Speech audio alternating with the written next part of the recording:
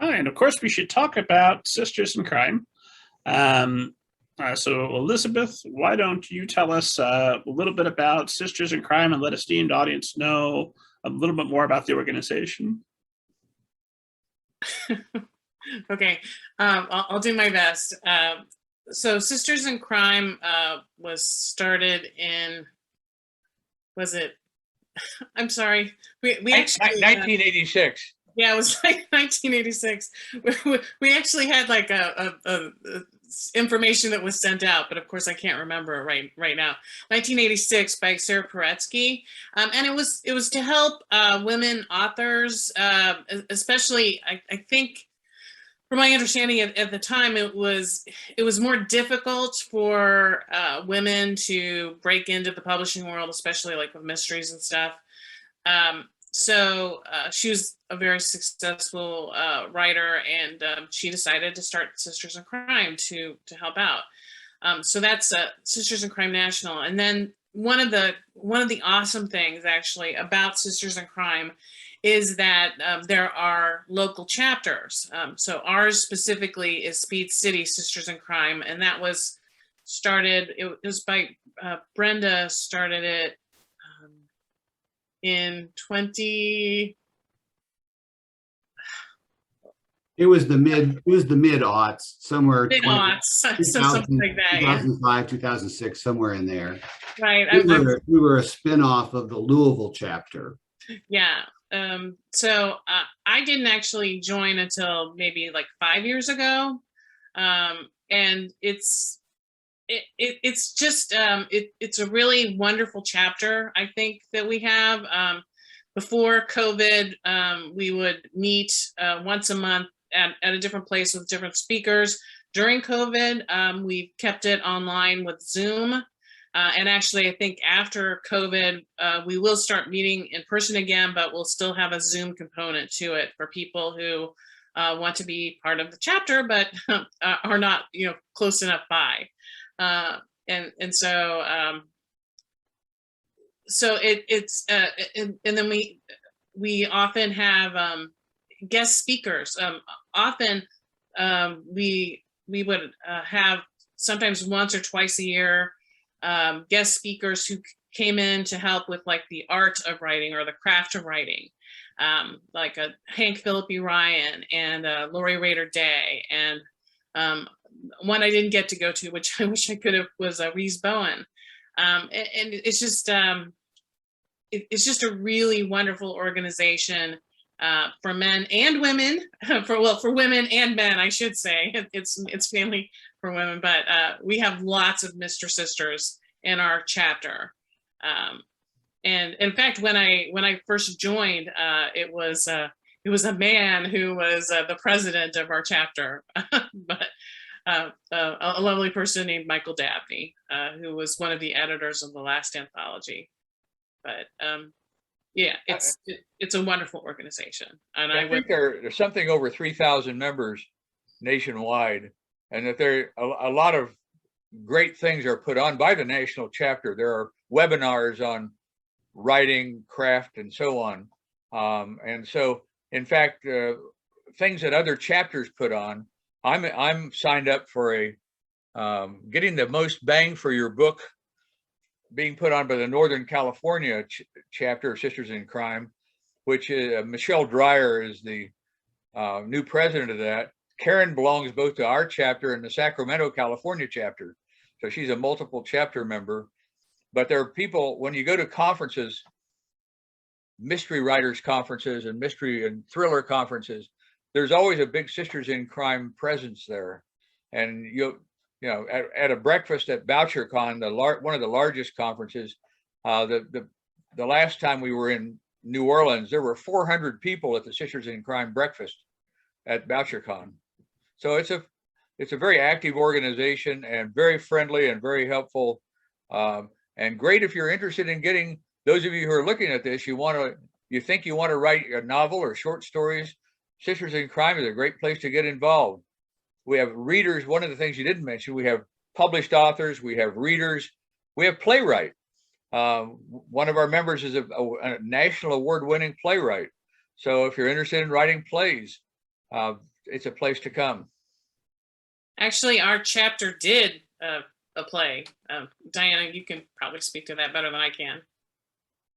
Okay, I was going to bring up some of the other things that our chapter offers that all chapters may not do. But one of the things that we tried was to write a play as a group, and we actually got it done. We got it produced at Indie Fringe in 2018, I think it was, and the chapter made a little bit of money off of it.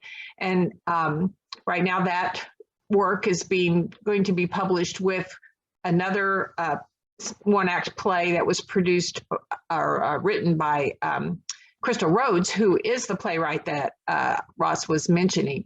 She's very acclaimed and provided us with her expertise and her skill at writing a play. It was a great experience. And that was another collaborative effort that many of us in the chapter were involved in.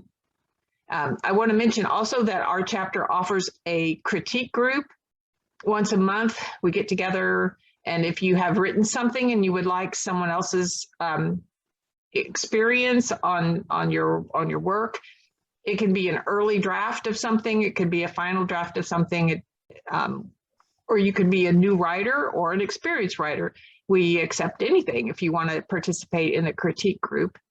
And Ross right now, I think, is organizing that.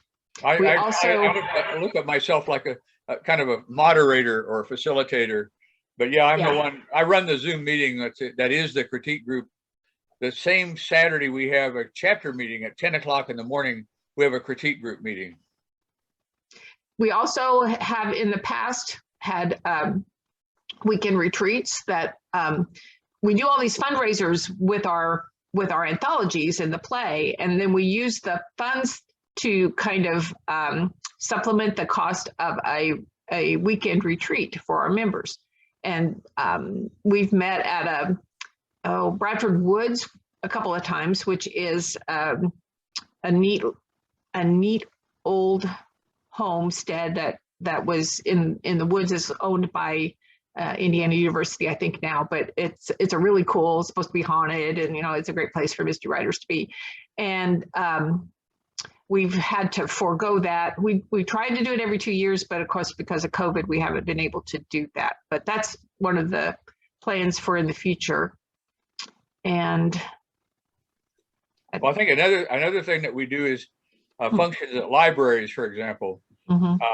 Go out to a library. Now we're doing them virtually, but we'll have a panel of authors at the library gather together and talk about our writing and sign books and so on. And again, we're in a virtual mode, but we're doing those still doing those functions. One other thing that's kind of important that we do is with all these anthology projects, not only does it give unpublished members an opportunity to submit their work to get published, and so you get a publication credit, but we also have members submit their artwork for the cover. We've had members function as editors. Tony and myself in this group have edited a few, not always together. I think this was our only project together so far yet, but it was a lot of fun. But we offer the opportunity to anyone who wants to step in and learn that process. And actually getting the book published. We've had a small press publisher do about 4, maybe 5 of our anthologies, but we've done self-publishing through Amazon with a couple of the projects. So that's another whole skill that you might not feel like you can tackle on your own. So we try to give everybody who's interested a feel for getting their work published. And then the play, of course, was a new venture for a lot of people. Well, here's a crucial question for the audience. If I'm a mystery writer of a middle grade novel, hypothetically, or a young adult novel, would there be a place for me within the Sisters in Crime? Sure. Oh, absolutely. Sure. Absolutely. We have no It's not like we're devoted to adult fiction or children's fiction or anything like that. We have people who write in every genre and a subgenre of mysteries. And then we also, have a wide diversity of audience for that. So yeah, Rob, you'd be welcome. Would love to have you. And we also have several listservs so that there are these subgroups within Sisters in Crime where you can go and have a forum for just middle grade, YA, and any question you want to ask crime related, or, there's a lot of resources out there for different categories of mystery. What if I want to write romance, but occasionally there's a detective in there? How far out of the genre can I be and still be welcome within the Sisters in Crime? I think as long as there's a dead body. No. Yeah, no, there's a lot of romance writers that write mystery. So that's part of it too.